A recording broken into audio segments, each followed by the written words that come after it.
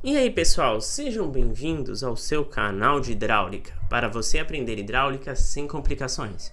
Já de antemão peço que vocês deixem o like nesse vídeo, se inscrevam no canal, ative o sininho de notificações e se vocês tiverem qualquer dúvida, mande um direct no Instagram ou comente aqui embaixo as dúvidas, beleza? Então, sem enrolar mais, vamos direto para a aula de hoje, agora mesmo. Na aula de hoje, nós vamos prosseguir com o conteúdo de transições localizadas e vamos fazer mais um exercício para fixar. Só que dessa vez, nós vamos fazer um mix. Então a gente vai juntar os dois conteúdos que a gente já viu anteriormente, que é mudança de largura, que é o alargamento, e mudança de nível de fundo, que é a soleira. A gente vai ver como analisar esse caso mix, beleza? Então vamos lá. Um canal retangular está em escoamento permanente, ou seja, a vazão não muda, quando atravessa uma transição localizada em formato de soleira e alargamento. Com isso, determinar o nível d'água após a transição, se conseguir atingi-lo, e representá-lo graficamente. Então, gente, aqui a gente tem um canal retangular, ok? Aqui está a vista em planta, que ele atravessa uma transição localizada que é um alargamento, ou seja, a largura está aumentando, e uma soleira, ou seja, a cota de fundo está aumentando, ok? Então, qual é o princípio? A gente avaliar os dois separados? Não. Então, qual é o princípio? É a mesma coisa que a gente está fazendo até agora, beleza? A gente tem que avaliar a altura crítica, energia mínima, lâmina d'água, entre outras coisas, beleza? Então, vamos lá. Primeira coisa é determinar o regime de escoamento. Então, a gente sabendo o regime de escoamento, a gente pode guiar o nosso cálculo. Como é que a gente começa a determinar o regime de escoamento? Calcula a altura crítica. E para calcular a altura crítica, primeiro a gente determina a vazão específica. Mas, como a largura muda, a vazão específica é diferente tanto a montante da transição quanto a jusante da transição. Então, vamos lá. A vazão específica é vazão sobre largura. Então, a vazão é a mesma, 20, porque não tem ramificações, só que a largura primeiro é 4, depois é 8. Isso implica que a vazão específica montante é de 5 metros cúbicos por segundo por metro e a jusante é de 2,5 metros cúbicos por segundo por metro. Beleza? Então tá. Agora vamos calcular a altura crítica, que a altura crítica é Qzinho ao quadrado sobre G, tudo num terço. Então, calculando as coisas aqui, substituindo os valores, eu obtenho uma altura crítica montante de 1,37 e a jusante de 0,86. Então, toda vez que eu avaliar a montante, eu vou me basear nessa altura crítica e a jusante nessa altura crítica, beleza? Como nós temos uma soleira, a energia vai diminuindo conforme vai subindo. Então, existe uma energia mínima que a gente tem que calcular. Então, a energia mínima antes, não precisa, mas vamos obter para facilitar. E a energia depois, que é simplesmente pegar a altura crítica e multiplicar por 1,5. Então, a gente tem aqui energia mínima 2,05 e aqui 1,29. Beleza? Então, é isso o valor, gente. Então, esses valores que vão guiar a gente para os nossos cálculos. Se por acaso a energia que a gente calcular a jusante for menor que isso, o cálculo está errado. E essa soleira não funciona, o escoamento não vai passar, beleza? Agora vamos finalmente determinar o regime de escoamento. Vamos comparar essa lâmina d'água, a montante, com a altura crítica que a gente tem a montante. Então vamos obter. Com a lâmina d'água, 1,5. 1,5 é maior que 1,37. Ou seja, a lâmina d'água é maior que a lâmina crítica e o regime é subcrítico. Então o regime é subcrítico antes e depois, beleza? Então tá, agora vamos observar. Isso daqui é um alargamento. O que acontece no alargamento subcrítico? Está aumentando a largura, então no subcrítico acontece a mesma coisa. O que vai acontecer? A lâmina d'água também vai aumentar.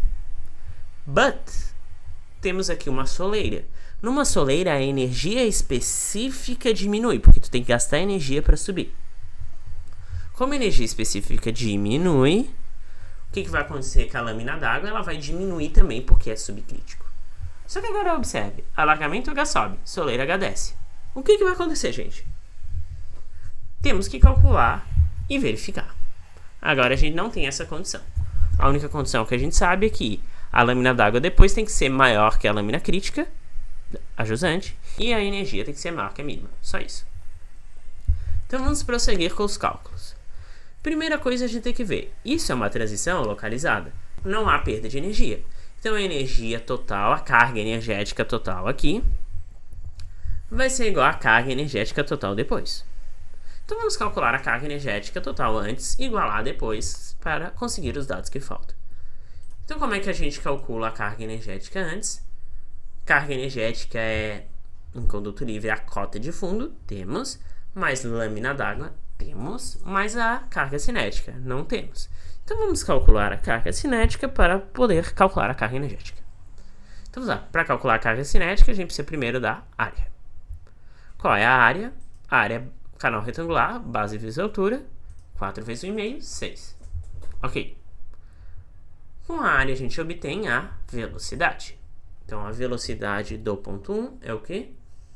A velocidade do ponto 1 é vazão por área. Então substituindo os valores, a gente tem aqui uma velocidade de 3,33 metros por segundo. Beleza? Então tá. Agora a gente pode calcular a carga energética. Carga energética é carga cinética, mais cota de fundo, mais lâmina d'água.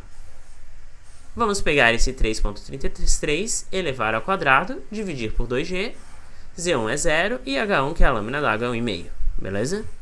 Isso implica uma carga energética de 2,07. Como se trata de uma transição localizada, a carga energética em 1 igual a carga energética em 2, que é igual a carga energética em toda transição. Beleza? Então tá, então a gente tem as cargas energéticas antes e depois. Tendo a carga energética depois, a gente consegue o quê? O nível d'água, que é aquele passo a passo todo grandão. Então vamos lá. Carga energética em 2 é 2,07. Mas o que é a carga energética em 2? Cota de fundo, mais lâmina d'água, mais carga cinética. Ok? Agora aquele passo a passo. Primeiro, o que é velocidade? Vazão sobre área. Já substituí o Z2 aqui para garantir. O que é a área, gente? Base vezes altura. O que é vazão sobre B? Vazão específica, Qzinho. Então a gente chega nessa equação aqui. Agora eu vou passar o 2,07 para lá, multiplicar toda a equação por H2 ao quadrado para sumir com esse H2 o denominador e chegar nessa equação aqui. Substituindo os valores que faltam, eu vou chegar nessa equação final aqui, uma equação de terceiro grau. Então esse é o passo a passo, façam com calma, que eu faço mais rápido para não ficar muito tempo, mas façam com calma. Agora como é que eu resolvo isso, gente? Computador. Vocês vão ter 3 raízes. A primeira é sempre negativa, não faz sentido, e as outras duas são aqueles que a gente chama de par conjugado, sendo que uma representa o escoamento subcrítico e a outra supercrítico.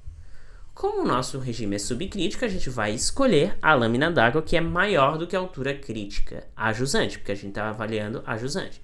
Então a primeira é menor, não é porque é supercrítico, e a segunda representa o subcrítico, que é maior que 0,86, então atende às condições. Beleza? Então é isso que a gente tem que fazer.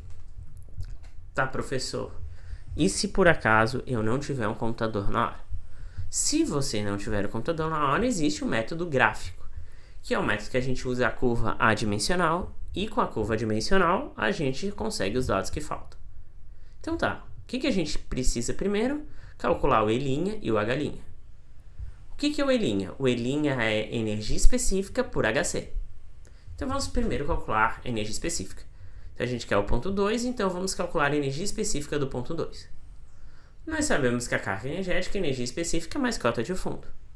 A carga energética do ponto 2 é 2,07 e a cota de fundo é meio. Isso explica que a energia específica é 1,57.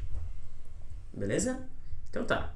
Agora vamos calcular o E', que é só pegar a energia específica e dividir pela altura crítica a jusante, porque estamos avaliando o canal a jusante. 1,57 dividido por 0,6, isso dá um E' de 1,82. Tá, o que eu faço com isso? Você vai para a nossa curva adimensional, verifica o regime, ele é subcrítico, então a gente vai escolher o ramo de cima, pega esse valor de E', que é o eixo X, vai até o ramo escolhido e vai para a esquerda para conseguir o H', que deu 1,63. Simples, né? Então tá. Tendo o H', O que é o H'? É lâmina d'água por altura crítica. Então, substituindo os valores, 1,63 dividido pela altura crítica adjusante, porque a gente está avaliando a adjusante, isso implica uma lâmina d'água de 1,40. Beleza? Então tá, vamos plotar isso daqui aqui, representar esse escoamento, ok? Agora vamos, para finalizar, visualizar a transição. Então a gente tem as duas curvas dimensionais, não é mais adimensional, que eu tracei no computador, tá? Então ela representa o quê? H por E. Sabendo que a curva mais estreita representa com a largura mais estreita, que é de 4 metros. E a curva mais aberta representa com maior largura, que é a segunda. Então vou avaliar um por um. Primeiro, nesse alargamento, comece sempre pela mudança de largura, ele vai de uma curva para outra. Então ele vai dessa curva para essa. Então o H sobe. Ok? Beleza? E na soleira, como a energia específica está diminuindo, o H vai descer. Então, se houvesse um em seguida do outro, ocorreria isso. O H subiria no alargamento e na soleira a lâmina d'água diminuía. Mas como os dois estão juntos, a gente tem uma transição única completa que vai daqui, onde a lâmina d'água está diminuindo. Ok? Sempre começam pela mudança de largura para trocar a curva e depois para mudança de nível para caminhar por essa curva. E depois vocês ligam os dois pontos e vocês têm a transição completa onde a lâmina d'água diminuiu.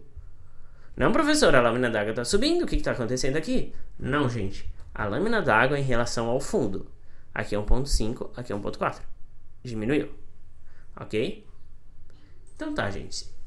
Na próxima aula a gente vai terminar com esse conteúdo e falar de comporta plana de fundo. Depois eu vou fazer alguns exercícios e para ressalto hidráulico, beleza? Se você gostou dessa aula, não esquece de deixar o like, comente aqui embaixo as dúvidas e até a próxima!